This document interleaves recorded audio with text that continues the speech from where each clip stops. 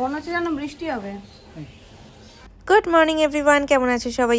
সবাই খুব ভালো আছে, সুস্থ আছে, আমরাও বেশ ভালো আছি। আর এখন দিনের শুরুটা হয় 1 কাপ হরলিক্স দিয়ে। তো এটা ছাড়া আমার দিনটা শুরুই হতে চায় না, আর একটা অভ্যেসে পরিণত হয়েছে। মাঝখানে একদমই সকালবেলা করে কিছু খেতাম না, তো হরলিক্সটা আসার পর থেকে সেই ঝঞ্ঝাটটা যে কি খাবো কি বানাবো এটা অনেকটা কেটে গেছে। এখন একদম রিল্যাক্সে জানি এটাই খাবো, আর সকালের শুরুটা বেশ ভালোভাবেই হয়। আজকের ওয়েদারটাও বেশ ভালো, পাশাপাশি সকাল সকাল একটা দুর্দান্ত পার্সেল চলে এসেছে, যেটার জন্য মুডটা আরো ভালো ভালো হয়ে গেছে। দাঁড়াও একটু ফ্রি হয়ে তোমাদের সাথেও শেয়ার করছি। 5 মিনিট আগে একদম মেঘ করে এসে মনে হচ্ছে যেন এই নেমে যাবে ঝমঝমিয়ে। ওই সাইডটাতে এখনো মেঘ করাই রয়েছে, কিন্তু আবার হালকা হালকা রোদও উঠেছে। বোঝা যাচ্ছে না বৃষ্টি হবে কিনা। বৃষ্টি হলে এবার আসবে ঠান্ডাটা। এতদিন শুধু আমরা ভেবেই গেছি ঠান্ডা আসবে ঠান্ডা আসবে ঠান্ডা আসবে, আসে আর নি। আর ভেবেছিলাম এবার কালী পুজোর 1 সপ্তাহ আগে থেকে যেরকম ওয়েদারটা ছিল মনে হচ্ছিল কালী পুজোতে ঠান্ডা ঢুকে যাবে, কিন্তু কালী পুজোতে সেরা গরম দিয়ে দিয়েছে। আর এখনও কন্টিনিউ সেই গরমটাই চলছে। এবার যদি বৃষ্টি হয় এবার আসবে প্রপার ঠান্ডাটা। চলো আমি এখন যাব স্নান করতে। 3 দিন ধরে ভাবছি যে শ্যাম্পু করবো, আর করে ওঠা হচ্ছে না। মাথা ভর্তি সিঁদুর নিয়ে ঘুরে বেড়াচ্ছি। আজকে না কালকে রাত থেকে এত মাথার মধ্যে মানে অস্বস্তি হচ্ছে। তো চলো আজকে শ্যাম্পুটা করেই নি। টাইমের জন্য কালকেই করতাম, টাইমের জন্য করে উঠতে পারিনি, তো আজকে আমাকে করতেই হবে। সাইডটা দেখো মেক করেই আছে। মালা মিষ্টি সমস্ত কিছু আনিয়ে নিয়েছি, পুজো দিতে যাব স্নান টান করে বেরিয়ে। আর সকাল সকাল একটা দারুণ পার্সেল চলে এসেছে, যেটা এখনো পর্যন্ত আনবক্সিং করার সময় আমার হয়নি। ওর সাথে একটা ফ্রি গিফটও রয়েছে, যেটা আমি তোমাদেরকে দেখানোর জন্য ভীষণ রকমের এক্সাইটেড। চলো একটু ফ্রি হয়ে নিই, তারপর তোমাদেরকে দেখাচ্ছি, কারণ ওইভাবে তাড়াহুড়োতে হবেও না। আর এখন যাচ্ছি স্নানে, আর এদিকে যদি তাড়াতাড়ি না করি তাহলে ওদিকে সোনাইকে খাওয়াতে খাওয়াতে অনেকটা দেরি হয়ে যাবে।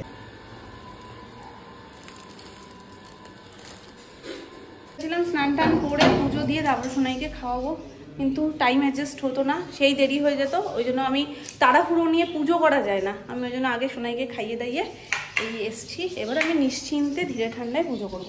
এখনের ওয়েদারটা দারুণ, না রোদ আছে, একদম হালকা হালকা মেঘ করা।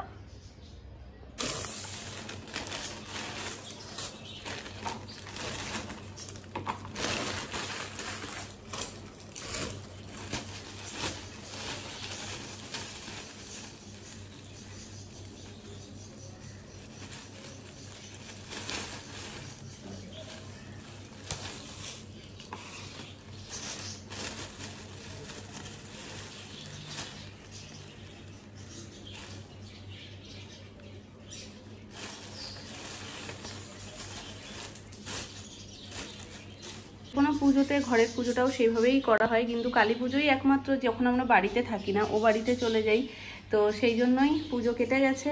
এখন ফুল মালা মিষ্টি সমস্ত কিছু নিয়ে আজকে সুন্দর করে সিংহাসন সাজাবো।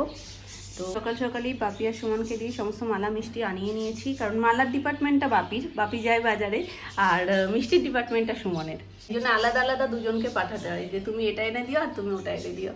তো চলো এখন সুন্দর করে আগে সাজাই, তারপর তোমাদেরকে দেখাচ্ছি।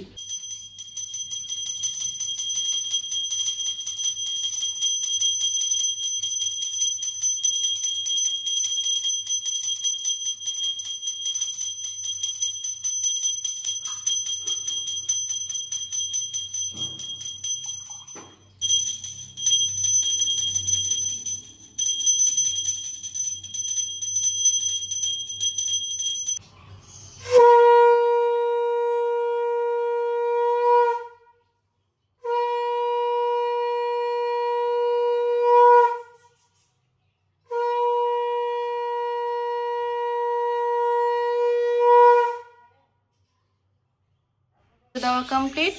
সিংহাসনটা কেমন লাগছে অবশ্যই কমেন্ট করে জানিও। মালা ঢালা দিয়ে সাজাতে এত ভালো লাগে, একটু সময় লাগে ঠিকই, কিন্তু সাজানোর পর এত সুন্দর লাগে সিংহাসনটা দেখতে। আর আজকে মালাটা যেহেতু অনেকটা বড় ছিল, ওই জন্য গপুকে একেবারে মাথার মুকুট থেকে শুরু করে গলার হার পর্যন্ত এই মালাটা দিয়েই পরিয়ে দিয়েছি। মালাটা এতটাই বড় ছিল, ডবল প্যাচ করে দিলেও খুব একটা সুন্দর লাগছিল না। আর আমার মনে হয় গোপুসোনাকে যখনই আমি সাজাতে বসি না, তখন আমাকে আইডিয়াটা গোপুসোনা নিজেই দিয়ে দেয়, কারণ এক এক দিন এক এক রকম জিনিসই মাথায় আসে যে এটা এইভাবে করি ওটা এইভাবে করি। তো আজকে হঠাৎ করেই মালাটা পরানোর পর মনে হলো না, মালাটা দিয়ে মানে পুরো একদম মুকুটটা করে দিই, তারপর গলার হারটা দিই।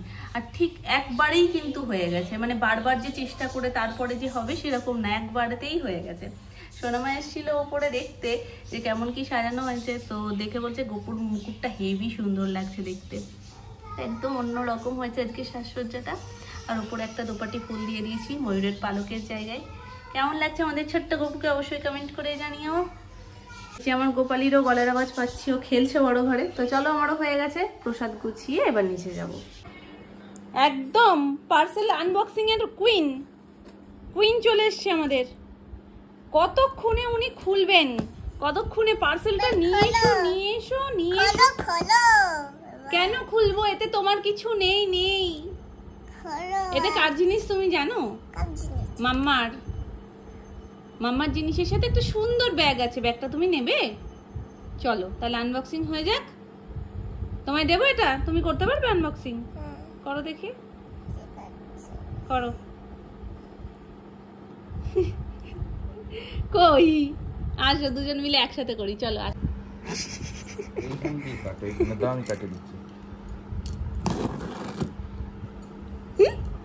হয়ে গেল। তাহলে তো আজকে দারুণ হলো। আজকে বাবাই আর শানভি দুজন মিলে আনবক্সিং করছে। চলো।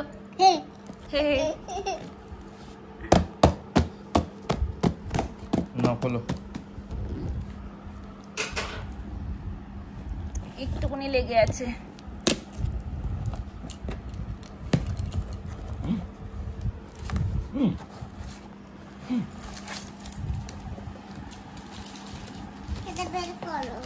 তুমি বের করো, আনবক্সিং তুমি করছো, আমি বের করবো? এটা আগে বের করো।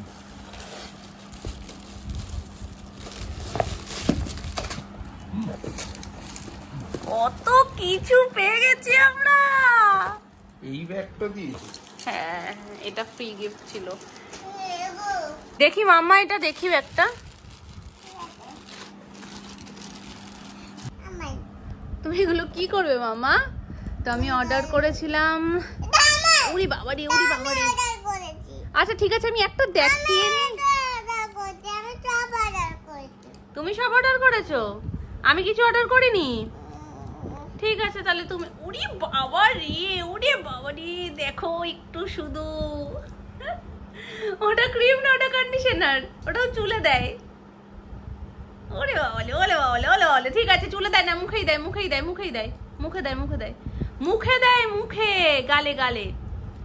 গালে দেয় বাবা, নাহলে চুলটা হুড়িয়ে যাবে। গালে দেয়। তো আমি অর্ডার করেছিলাম পিলগ্রিমের। আচ্ছা, শানভি অর্ডার করেছিল পিলগ্রিমের শ্যাম্পু, কন্ডিশনার, আর এটা 4টে। একদম খুব ভালো করেছো পার্সেলটা। আর তার সাথে আমার এইটা ছিল ফ্রি গিফট, যেটার দাম তো ওখানে একটু খুলে দেখাতে দাও। কিছু এদিক থেকে ওদিক হতে পারে না, সব নাকি ও পম্পির বাড়িতে নিয়ে চলে যাবে। তো পিলগ্রিমের এই ফ্রি গিফট, মানে এই ব্যাগটার প্রাইস ওখানে দেখাচ্ছিল 500 টাকা। তো দেখে যদিও মনে হচ্ছে না, তবে পিলগ্রিমের আর জুটের রয়েছে, তো যাই হোক হতে পারে।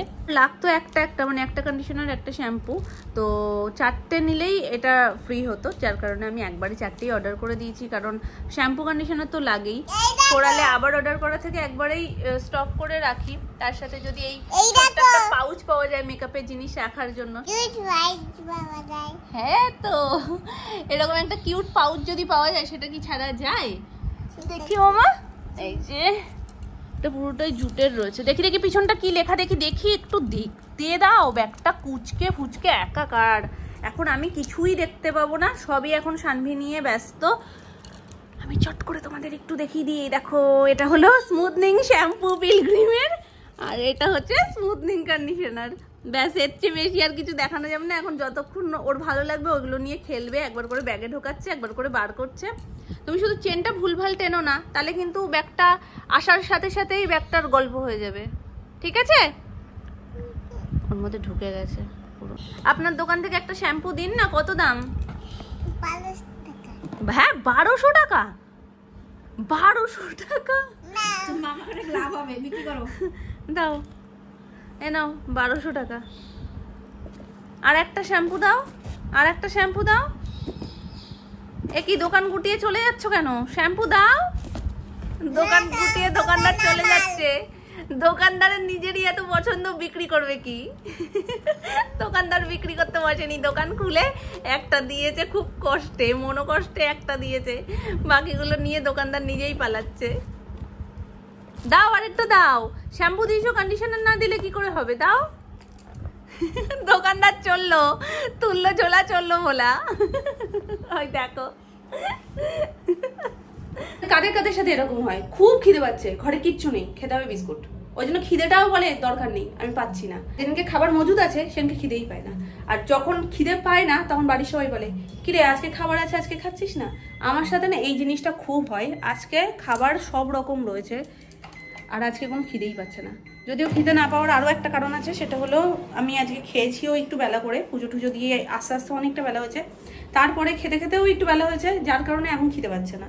কিন্তু আজকে সব কিছু রয়েছে, মুসলি খাওয়ার জন্য কলা, আপেল, সমস্ত কিছু রয়েছে। এক একদিন শুধু শুধুও খাই, ওটা যদিও শুধু খাওয়া যায়, দুধ দিয়ে শুধু খাওয়া যায়, কিন্তু তবুও কলা ঠোলা দিলে একটু টেস্টটা বেশি হয়, কারণ আমি যেহেতু আলাদা করে চিনি দিই না, কলার যে মিষ্টিটা না ওই মিষ্টিটাতে হয়ে যায়। তারপরে ব্যানানা শেক করেও খাওয়ার ইচ্ছা ছিল দুপুরবেলা পর্যন্ত। খাওয়া দাওয়ার পরে পেটটা যেহেতু ঘুম হয়ে রয়েছে, এখন আমার কিছুই খেতে ইচ্ছা করছে না, কিন্তু একটা প্রপার ডায়েট মেনটেন করার জন্য খেতে হবে। এখন আমার ডায়েটটা, অনেকে ডায়েট শুনলেই সবার প্রথম মাথাতে ক্লিক করে যে রোগা হওয়ার জন্য। আমার রোগা হওয়ার জন্য না, এবার মোটা হওয়ার জন্য আমি একটা প্রপার ডায়েট ফলো করব, যেটা এতদিন করতাম না। জাস্ট এটা ওটা সেটা খেতাম আর মনে করতাম যে এতে হবে তাতে হবে, কিন্তু এবার থেকে আমি ভাবছি যে পুরোপুরি ডায়েট চার্ট অনুযায়ী আমি একটা রুটিন সেট করব, যেটা এখনো করে উঠতে পারিনি, করব খুব শিগগিরই। সেইভাবে করে আমি পুরো রুটিন সেট করে সেভাবে খাওয়া দাওয়া শুরু করব, যাতে একটু হই আর কি, গুলুগুলো, খুব না, একটুখানি সামান্য। তো এখন নিচে বানাতে এসেছি সোনাইয়ের খাবার। অনেকেই রোগা হওয়া এবং মোটা হওয়া উভয়েরই টিপস আমার কাছে চাও, যে কিভাবে একটু মোটা হওয়া যায়। দিদি তুমি কি কিছু করছো তাহলে সেটা বলো, আর তুমি এত সুন্দর স্লিম ট্রিম কি করে তার সিক্রেটটা বলো। মানে দুপক্ষের যারা একটু চেহারা স্বাস্থ্য বেশি কমাতে চাইছো, তারা রোগা হওয়ারটা চাইছো, এবং যারা একটু রোগা হয়ে গেছো তারা একটু মোটা হওয়ার জন্য কিছু যদি টিপস ফলো করি সেটা শেয়ার করতে বলছো। যাই হোক, আপাতত আমি কিছুই শেয়ার করছি না, কারণ আমি নিজে আগে প্রপার একটা ডায়েট মেনটেন করি। নিজে একটু যদি ইমপ্রুভ কিছু দেখি যে না কোনো ফলাফল আসছে, তাহলে আমি ডেফিনেটলি তোমাদের সাথে শেয়ার করবো। বাকি দেখো, রোগা মোটা দুটোই, মানে তুমি চাইলে আর হয়ে গেল এটা হবে না।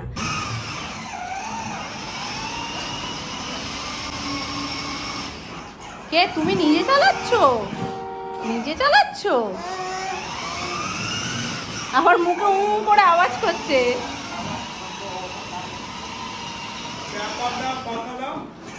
পিপ পিপ পিপ পিপ ফোন দাও, পিপ পিপ ফোন দাও, পিপ পিপ পিপ পিপ পিপ পিপ। তোমার ফোনে আবার গান চলবে, দেখবে?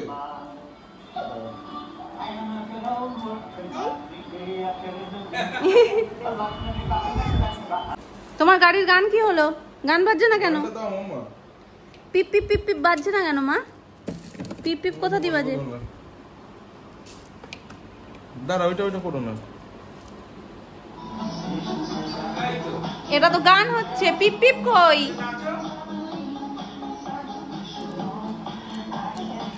আমার যে লেভেলের গরম লাগছে বলে বোঝানোর মতো না। বিছানা চাদর পাল্টালাম, রাত্রিবেলায় পাল্টালাম, কারণ সারাদিনের যা যুদ্ধ, যা ওর ওপরে অত্যাচার হয়ে যাক, তারপরে একেবারে পাল্টাবো এই ভেবেই রাত্রিবেলা করেই আমি এখন পাল্টাই।